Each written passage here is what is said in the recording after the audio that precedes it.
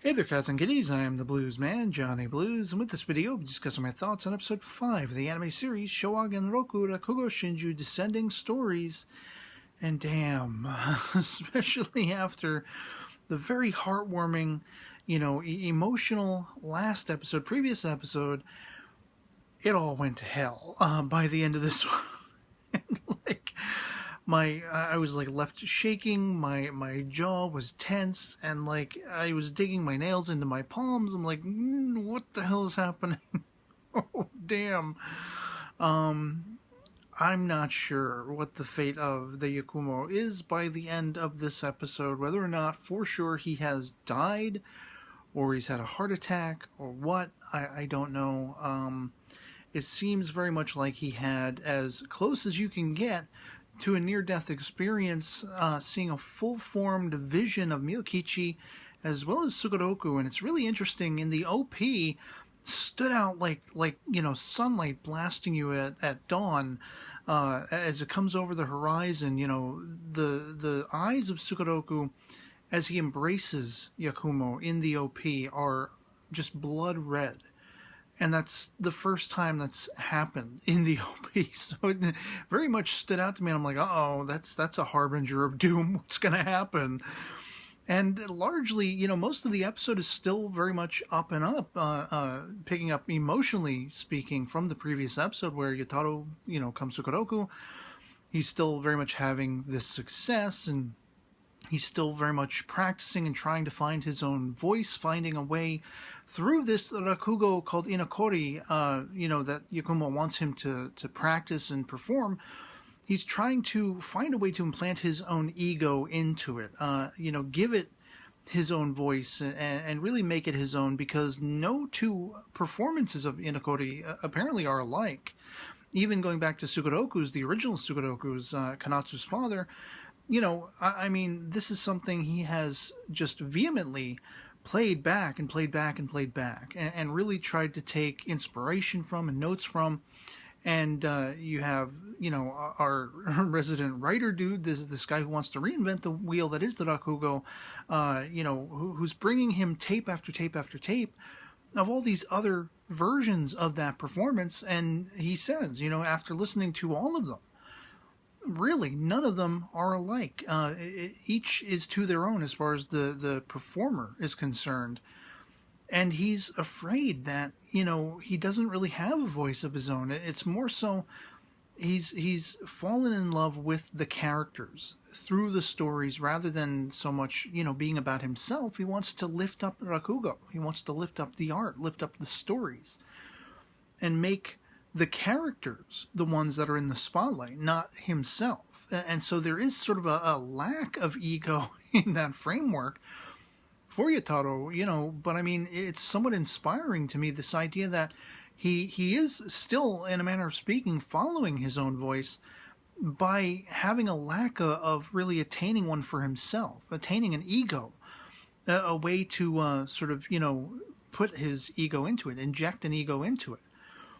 He's still very much conforming himself to his own ideal, what he sees fit to do. And Yakumo is kind of, shrugging it off like, well, you're going to do what you want to do. You have to do it the way you have to do it. I can't tell you how to do it, especially at this late stage in the Yakumo's life. He's been around for many years. He's gone through lifetimes worth of, things. And that's really poignant by the turning point that they're going to have this family Rakugo performance where Kanatsu is going to be playing the shamisen. She's very nervous about it. They're at a shrine praying. She doesn't want to mess up. And the old lady workhorse that's been teaching her how to do it and everything apparently is instilling her with this fear, this lack of confidence that she can't really do it well enough.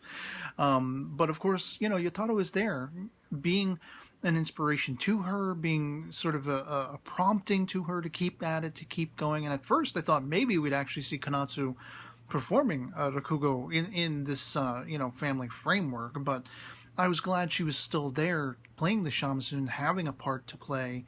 And as we find, Yakumo actually gives her a little bit more of, a role to play in the lighting of this incense. And I gotta wonder what the hell kind of incense that was.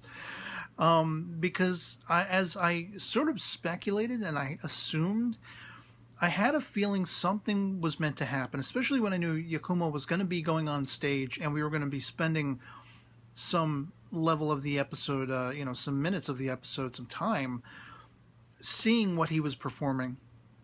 And it's very much this Rakugo tale about sort of a husband who misses his wife who passed on, and he's ringing the gong for her at night, and neighbors are getting annoyed and they light incense and they have almost like a seance kind of a framework where they see the spirit of his wife return. And it's quite an interesting story, a very folklore laden tale, but it becomes very real for the Yakumo on the stage when he begins to see Miyokichi sort of laughing, floating above the audience, and his heart is palpitating. He's grabbing his chest. We've already seen that he has worn himself out.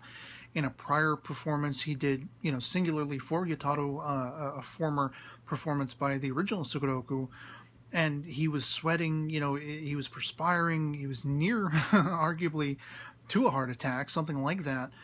And he's very much, it's the same thing. He's grasping his chest desperately. He's looking up at her. He's shocked by what he sees. And this vision melds into his collapse. They drop curtain, and of course Kanatsu and Yotaro, they come out, they're concerned. And as Kanatsu is the first to get to him, he's looking up and he's still seeing what I assume to be the vision of Miyokichi, Kanatsu's mother. And she's kind of aghast at, the look, the stricken expression on his face as he's having this deathly vision, which he then, as he collapses, he seems to wake up in the afterlife, in a hallway full of candles, each one perhaps signifying a soul, something like that. And there is the Sukeroku of old, and he's very perturbed by seeing Yakumo there, and he says something along the lines of, "Why are you here?" And it seems to suggest to me, because of course Yakumo believes the fact that he saw Miyokichi is some idea of his still pining for her. He starts calling out, my beloved, where is Miyokichi?" as he's grasping at the robe Sukeroku is wearing. And Sukeroku's like, "I'm sorry," and seems to be choking him off. But I almost get the impression like Sukeroku from the afterlife is trying to push Yakumo back into his body. Like if this was some unearthly, realm where it was soul, confronting soul, it seemed to me the Sukeroku of old was trying to push Yakumo's soul back into his body, back away from the afterlife. It's not your time yet. And my breath was just caught in my throat, and I'm like watching this, and I'm like, oh my God, what is going to happen next? And of course, the PV for the next episode didn't seem to show the Yakumo at all. There was one guy that, I didn't think it was the Yakumo. It didn't look like him, but it kind of almost sort of did at the same time. Like, I think they left the Yakumo out of the PV for the next episode entirely, which is masterfully done to really leave it up in the air. What happened? Did he just die? Has he died? Will he wake up from this?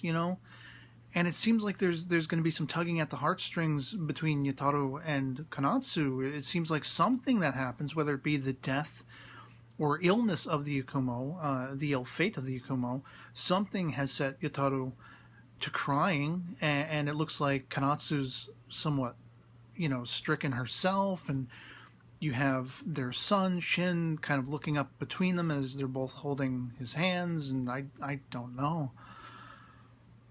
I don't know. This show, man, this show has that ability. You're so invested with all the time you've spent with these characters, and we've spent a lifetime with Yakumo, with Sukeroku, with Miyokichi, with Yotaro, with Kanatsu. I mean, it's just, I would like to think he does not move on at this stage. I almost can't imagine, with all the time, with all the focus they've had on the former Kikihiko, the former Bon, the current Yakumo, 8th generation or whatever they said, with all the time we've spent with him, it would almost seem incredulous, to me, to suddenly have so many episodes left of this season and he wouldn't be a part of it. He would be taken out of the loop. I don't know. I mean, Yotaro, I'm definitely, a sort of, I guess you could say, cheerleader for Yotaro. I love what he's doing. I love what he's accomplished. I love how much he's been there for Konatsu. I love that they are a pairing. I love that they're mutually raising her son, her child. It just, oh man, I don't even know. I'm just going to be waiting with bated breath in a week's time to see what happens next. And I'd love to hear from you guys in the comments below if you've seen episode 5 of Descending Stories, Shouwa Genroku Rakugo Shinjuu as well. If it flabbergasted you as much as it did me, if it left you gasping and, just tense and wondering what is going to happen, whether or not you have predictions on what might occur, whether you think Yakumo is dead to rights, if he's dead and gone, or will we see that he has survived this malady, and overall, what you thought of the episode. Love it or hate it, anything goes in the comments below. Just love having that conversation. And so yeah, otherwise that'll be pretty much it for me on this. With this video, find you well, and I'll catch y'all later. Peace.